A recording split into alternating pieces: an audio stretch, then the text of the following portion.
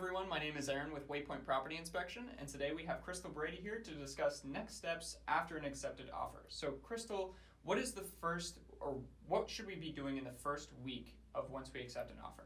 Right, so the first disclaimer I want to give is that I'm going to go over typical timelines that we see in most accepted offers. Your particular offer may have slightly different timelines if you negotiated something different. So just make sure you're checking your contract, but the first thing that's going to happen is week one of getting an accepted offer, you're going to have a few things you need to accomplish right away, and these are time-sensitive deadlines. The first thing is going to be your escrow deposit. So you're going to be required to make your initial deposit within 3 days of going under contract, and we're talking calendar days when we talk about time frames, okay? Your amount of your deposit probably is going to range somewhere between $1,000 and as much as 1% of the purchase price. So go ahead and check your contract to see what that amount of money needs to be. But basically what you're going to have to do is within 3 days, you need to deliver the funds via a personal check. If you don't have personal checks, you can do a certified check or money order, and you're going to make it out to the title company. This can be found on the first page of your contract under the price and financing section. It's going to talk about the title company's name, phone number, address. That's who you're going to make your check out to. And then you're going to need to deliver that check to that actual title company. In the memo section of your check, I want you to write the address of the property so they can connect it to your file. If you're out of state or you don't have the means to deliver the check personally and would like to do a wire transfer, you can also do that. So we would need to obtain the wire instructions from the title company. We'll provide those to you and you can go ahead and wire the funds over. Just remember, you might have a fee for doing a wire transfer from your bank. The next step that we need to take care of during that first week is going to be scheduling your home inspection. So this is something that we want to schedule right away because typically we only have about 10 days to complete any and all inspections that you want to do. And we want to make sure we're staying within your inspection period. So make sure you set that up right away and coordinate with me because I need to be present at that inspection. The next step that also happens during week one is you need to do your formal loan application. This typically needs to be done within 5 days. So you're going to want to make sure that we get with the lender and they're having you do that loan application. A lot of times it'll be electronic and they'll have you signing some disclosures. We're going to provide them with a copy of the executed contract as soon as we go under contract. So within a couple days from there, they should be reaching out to you to start the loan application. And if they have not, then I want you to reach out to them. So week one, we have a lot going on. You're going to do your deposit, you're going to schedule your home inspection, and you're going to make sure you do your formal loan application.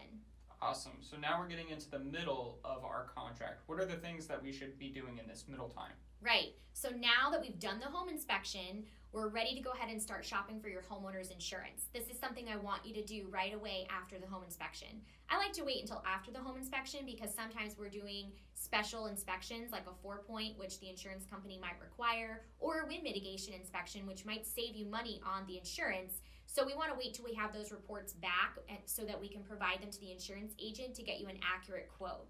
So as soon as you have those reports available, go ahead and start shopping for your homeowner's insurance, and I can make some recommendations for that as well and help you get quotes.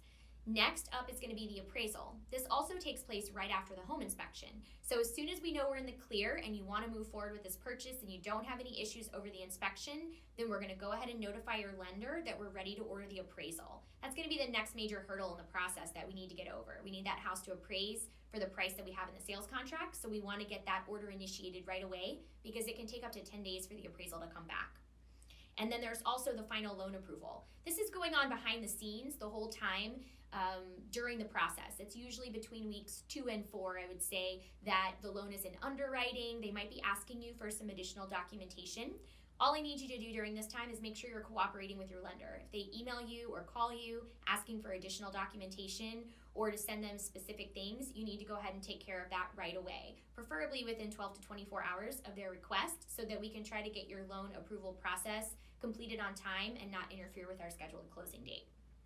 Awesome. So now we have the middle of the road, and now we're talking about the last week before closing on the home. What are the things that we should be doing? So now that your loan's been approved and we're pretty much just waiting for closing at this point, hopefully, we might be a few days out from closing when these next things happen.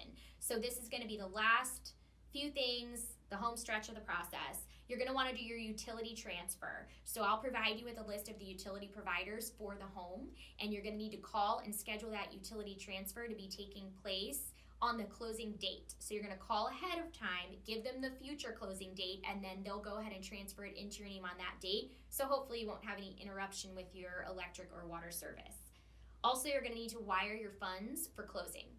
The money that you owe on the day of closing is required to be sent via a wire transfer. You will not be able to do a check for this. So right before closing, it might be a couple days prior, might be the day prior, or in some cases it might even be the morning of. You're going to have to get the final balance from the lender. They'll provide this number to you and tell you exactly to the penny what amount you need to wire.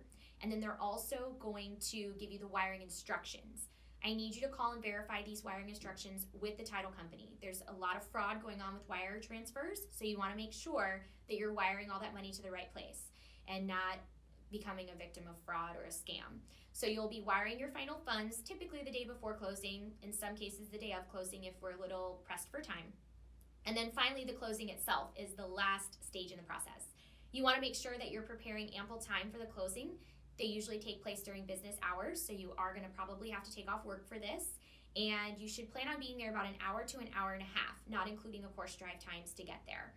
We also do need to schedule your final walkthrough, and we do that right before the closing. So a lot of times we'll do it on our way to closing, or in some cases maybe the night before or the afternoon before. It's my personal preference to do it on our way to closing so that we have a fresh set of eyes on the house and make sure nothing happened to it right before you sign. So I would like you to plan to do that final walkthrough with me right before closing. So if closing is scheduled at 11 a.m., we might do the final walkthrough at 10 a.m. on our way to the closing. So make sure you budget enough time to do the walkthrough and the closing on the same day if possible.